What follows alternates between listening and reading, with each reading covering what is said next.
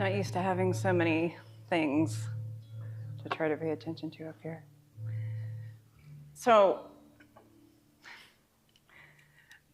I've read this approximately 1,286 times. And it just went different every time.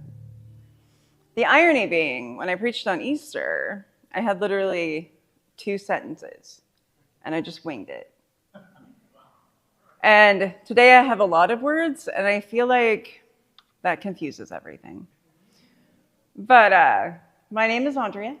I am married to Anthony. He's going to raise his hand. And I'm the loud one of us two, and he's the very quiet one of us.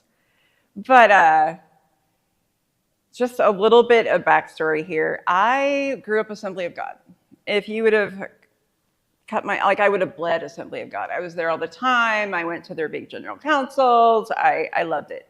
And I still don't hate the denomination as a whole, but it's when I started to voice the bullying and the dark underside, if you will, of the evangelical church that I was kicked out and asked to leave. And I was like, well, I teethed on these pews, man. My grandma helped build it. What is happening? But that's when I found that people don't like it when you talk bad about the empire. And I thought of ways that I could not include politics today, but that didn't work because it's been a week. And I'm not going to apologize for that today, because I think we have to include politics, because Jesus included politics. And he wasn't afraid to address bullies or turntables, or in general be divisive, if you will. And I found it ironic, but not really, because I feel like before I knew about the lectionary, I was always like, I don't see how that could work, that you're just taking a day and these scriptures are already on there. How could that even work? But literally every time it does. And here's the answer I have. I think the only way to get through what these years may look like is to be community. And Monday, if you'll remember, I volunteered for closing prayer last week, and I was like, here are 10 ways to make it a better week. Here's how to self-care. I want you to know that I followed none of them on Monday. I was rageful, angry. I only had the inauguration on for like 2 seconds, and it was enough to make me so mad. And I went to lunch with a friend that day, and the inauguration was on all the televisions in the restaurant. I'm like, I cannot get away from this. And so we had comfort queso and comfort carbs and ate our feelings, and it was wonderful. But I still had to deal with this sermon that I was writing that I knew was going to include a lot of things. But then Tuesday came. I think it was Tuesday morning. Bishop Buddy, did y'all get to see that? Yes. Okay. It felt like she almost stood there, not with like her voice shaking, but she's so mild and humble and kind. And it almost felt like an Esther moment. She's like, I have this moment, and I have this platform, and I'm going to speak truth to power, because what else choice do I have? And that is what she did, and she asked for mercy for the marginalized. She asked for mercy for the undocumented. She asked for mercy for our LGBTQIA brothers and sisters. And it hit me that that is how we get through. We speak truth to power. And even when our voice shakes, because mine is feeling like it wants to shake so bad right now, my heart's going like 1,000 beats a minute. That is how we're community. And I had this idea. I had read this article about comparing 1 Corinthians 12 to a Mr. Potato Head, theology. And it seemed silly and great, but then I got a lot more serious about this, and I was like, I'm going to cut Mr. Potato Head out of this. And we go down into verse 14, and can you guys hear me? Okay. Indeed, the body does not consist of one member, but of many. If the foot would say, because I am not a hand, I do not belong to the body, that would not make it less any part of the body. And he goes around, like, it just, if you wouldn't tell a nose that a nose is needed, you need eyes to see, you need all of your fingers. Ironically, I don't know if you knew this, but if you lose a big toe, you actually have to learn how to walk all over again because you need that for balance. And I wanted to say that we need all of you if we are going to do this. Because I get up and talk doesn't make me more important than my husband, who is like this servant-hearted person who's like, what, put all the chairs away? Of course I'll do that. I'm not wired that way. Or we have Jordan, who gets up and plays music every Sunday. Not all of us can do that, but we need him. And Israel isn't important than anyone else because he's our pastor. We are all equal and on the same playing field.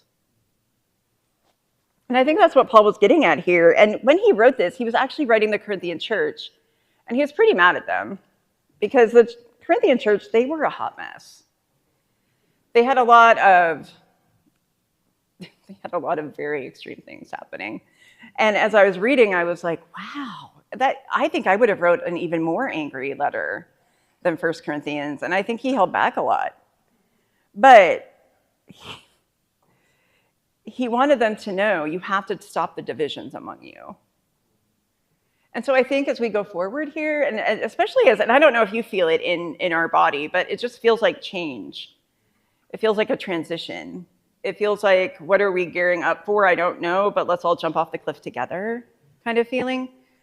And so as we do that, I want you to remember first most that nobody is more important here. Nobody else here thinks that they're more important than anyone else here.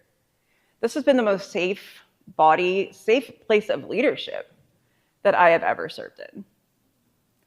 And as you're getting to know here and you're settling in, I want you to know that even when I sit on leadership meetings on Wednesdays, it is always so good and so edifying and so, what can we do? What can we do to help people? Because that is who we are. So I think that's a good thing that we're doing. And Paul goes on to say, and what I loved here on verse 26 is, if one member suffers, we all suffer together with it. And if one member is honored, we all rejoice together. And so I ask you, and I do want an answer, so it's a little, be brave, and once one of you goes, other people will go. What are ways that we can be community, other than showing up here on a Sunday morning, which is really, really important? When we need something. Yes. That's actually one I thought nobody would say. Thank you. We have to be able to say when we need something here. And I'm going to get a little bit to that in a second. What else? Do life together. Have dinner together. Yes, break bread together. In Acts 2, it talks about in verses 44 to 46 that they met in each other's homes. They broke bread together. I know what's going on in your life, and because I do, I can be a good friend. I can be a good family member, if you will. And so we have to do more of that. What else? What? Yes. Yes. It's very important. I have to work hard at that because I like to talk. And it's really hard for me to not interrupt. And I do that to my husband all the time, and he gets very angry and frustrated. And he's like, well, when you're done talking, I'll finish my sentence. And happened this morning. And can you put the picture of the guineas up? So I was reading a little Barbara Brown Taylor on Substack. And got a look. Does anybody know who Barbara Brown Taylor is? Okay, great. She's a pastor, reverend, bishop. I want to say in the Episcopalian Church, but I'm not sure. But do you know what guineas are? Anybody? Oh, good. I'm from Iowa, the rural side of Iowa, and I have a lot of friends who had guinea hens. And something really interesting about guineas is, well, they look like turkeys, but they aren't. They're actually black and white speckled, and they have kind of a colorful, whatever this thing is on their heads. But you won't find them by themselves very often. And because when they do that, oftentimes they're taken as prey or killed by a hawk or a fox. But here's what they do. I was out at a friend's house on her farm the first time I heard of guineas. And all of a sudden, the most obnoxious noises came, and all you saw was like this flock of 15 birds running around screaming. And what people will do is they'll buy guineas so that they know when there's a predator on their property, because the guineas will tell you. And wherever the other guineas are, they all gather up together. And that is what community does. And I'm not saying that we have to scream really loudly and gather up together, but when one calls out for help, we all go to that person. And being in community is hard. And I'm not saying that it will be easy, because I'm going to fail you sometimes. I'm going to hurt your feelings sometimes, probably, because I'm a person. Israel's going to hurt our feelings. I think the goal is that we get through this learning how to be a family, because we all have families. Some of us have highly dysfunctional families. Some of us don't. We have amazing families, but no family is perfect, and I think we all have a little dysfunction somewhere. And I think we turn back and we simply have to say, Jesus, help me to live the Beatitudes. I think Bishop Buddy, she got up, she said that she was nervous. She said she rewrote her prayer several times. She struggled with if she was going to address the president. And I'm so happy she did, because she basically wrote my morning. But also, she showed that being honest and vulnerable, it may have its consequences of a president asking for an apology or people hating her, but for the rest of us, it gave us hope. And my prayer when I got up today is, I just want to leave you with hope. Because just like I feel rageful and I felt afraid this week, and I would talk to my family who half voted very opposite of me, and I already saw how it was affecting them and affecting my mom, that she was having things taken away from her already. Her home health care is in jeopardy.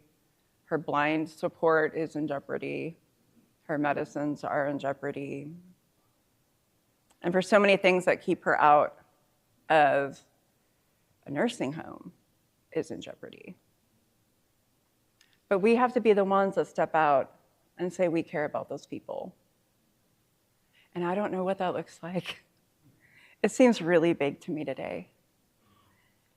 And getting up here today, I feel really unqualified to deliver a message of hope, when probably half the week I didn't feel that. But I kept coming back to the Beatitudes.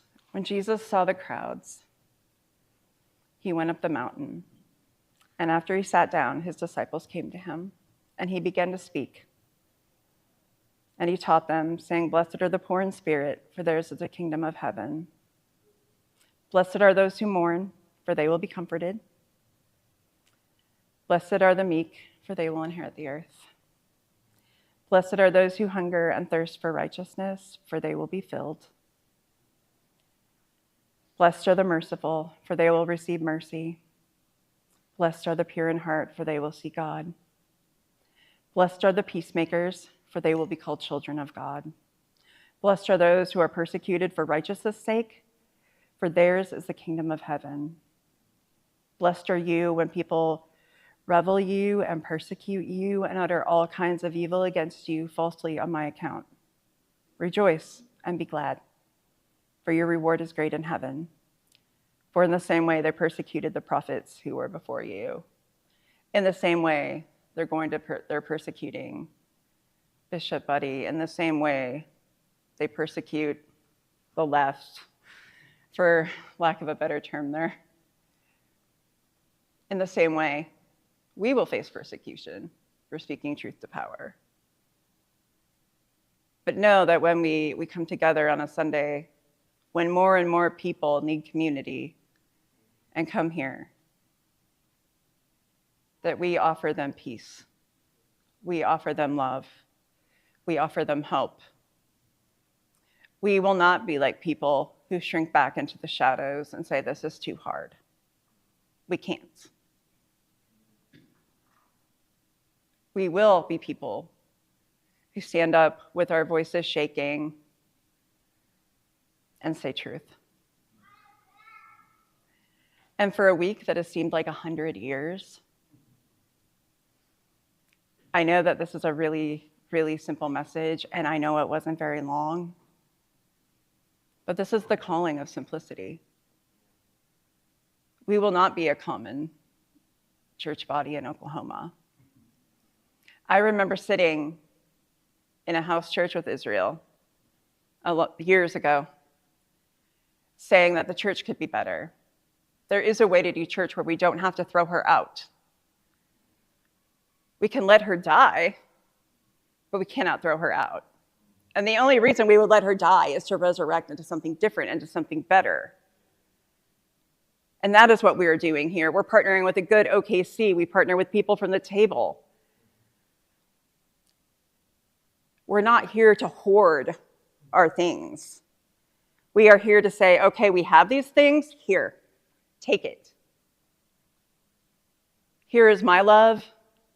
Here is my family. Please come sit down with a meal with us. If you want my number, seriously, my table is always open. Come and sit and eat with us. You'll have to put up with a little dog hair, but that's all right. You'll survive.